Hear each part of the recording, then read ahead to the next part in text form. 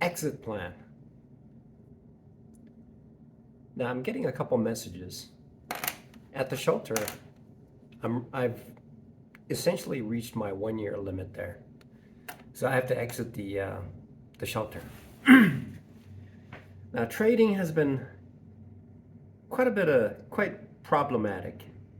Um, and a lot of it is, fundamentally speaking, at a point where psychology is the biggest issue right now. Uh, it's it has impacted me in a very costly manner.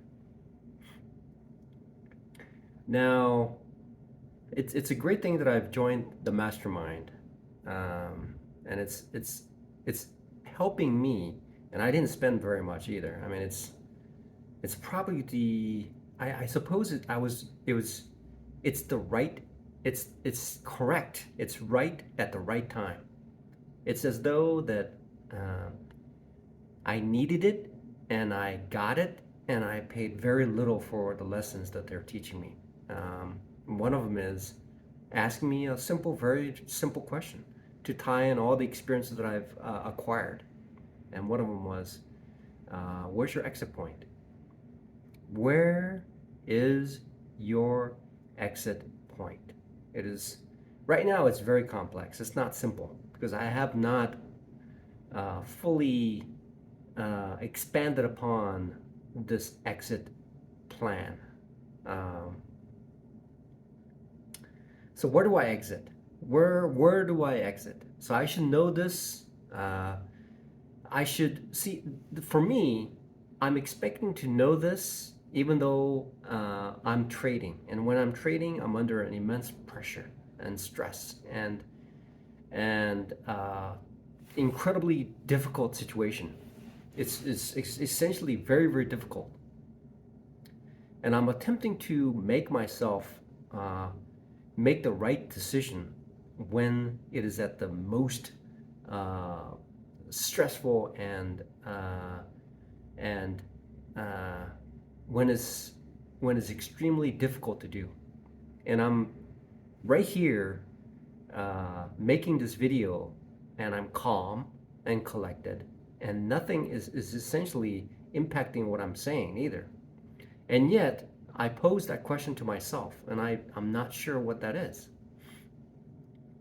So how do I fix that? I fix that by understanding what the situation is, and then see it's because there are so many unknowns that I have not explored. That's the issue. So when I enter a trade, I'm either overpriced or underpriced or somewhere in between. So if I'm overpriced, it means generally that my thesis is incorrect and it's going to reverse and I need to sell quickly. The concern I have is that the stock would drop a little bit and just revert and go back. But the thing is, the price that I have to pay at a certain day is incredible and immense. And therefore, figuring out what the right thing to do at the right moment, at that moment, will save a 330 or maybe 50% of my account being withdrawn, drawn down. So I'm attempting to figure out what is the number that I need to be happy with. I need to set it. I need to concretely set the number before entry so that I can see it's a delicate balance between setting it too tight and setting it too loose, or not even setting it. So I'm working within the extremes of setting my limits too tight and not even setting it at all. And I could and the end of the day, at the end of the day, my thesis was incorrect. And at that point, I will be in a situation where I would be feeling the maximum amount of pain. And that's generally when the whole market is feeling the general maximum pain. And that generally also means that my account is usually about 30 or 40% down. And that happened often. And so me talking through this is is very, very helpful. It needs to be understood.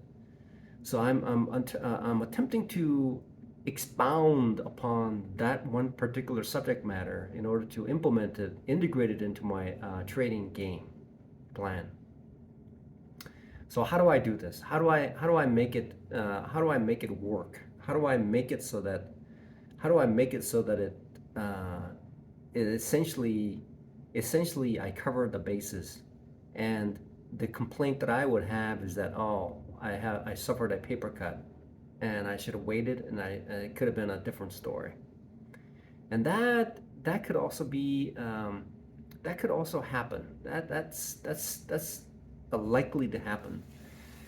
So what do I do about that? So how do I so I have to integrate into what the higher time frame is, and what kind of a what the current situation is, and having a catastrophic event that occurs, and blocking that possibility of draining my account at certain instances that would be dramatic to my account, could be something that I have not foreseen, or it has not been developed in the market, and something that's uh, so in most cases, how I because a lot of the cases that I've seen so far is that I would add, and then I would see the stock finish the day at the low of the day with the high of the day starting at the open.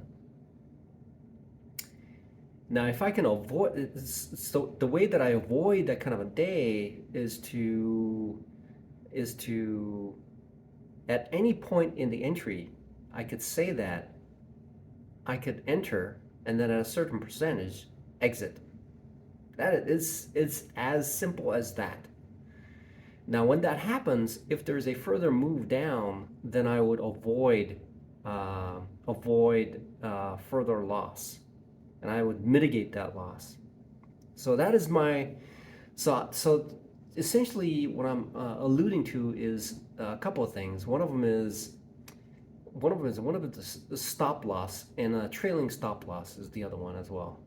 So if I can figure out how something like that occurs, I can use that as my tool. I can figure that out, and it's automatic. I don't have to think about it too much, so that I can preserve my gain. Now when now the flip side is if it goes sideways, it's automatic. It's automatic. The issue is that the stock will move sideways for a while, and then it'll change its course. Now if I set the stop loss on there, that'll also help out as well. Now taking profit. In certain cases, when the market is choppy, it is advantageous to take small profits and exit. That has been that has been that will increase the probability of me keeping my gains, and elevate and increase the number of days that I'm positive. So, how do I set this in a concrete mode? Do I put a certain percentage or a certain amount? Okay, so I know what my risk limit is. I know what my risk capital is. I know what it is. So if I set my risk capital to approximately at about 10%, and then gain to be about maybe 10 to 20%, then that could possibly that might that might be stretching it. Maybe making it maybe 20%. Maybe 20% will be the gain. That would still be significant. That would be significant. So at this point, what I plan to do is set the exit. Now, entry point is going to be a totally different subject matter. And today today I'm setting my um, uh, exit strategy. So this is my exit strategy. I'm verbally discussing this. I haven't written anything down. This is my exit strategy. And my exit strategy essentially is a 10% drawdown and a 20% gain. So essentially a 2R versus 1R. So I will, and also I have the capability of making four trades, and within that, adding all that together, that would be essentially, if all four of those trades are losers, it'll be about 20%. That would be the maximum. But these are done on a sequential basis. However, if certain, yeah, that's what it has to be. We'll go with that. So that is currently a loosely set up a situation. How I will how I will set up my exit strategy. Things will have to be more sophisticated, however. Maybe some sort of initially I have to get something going in order to avoid heavy losses.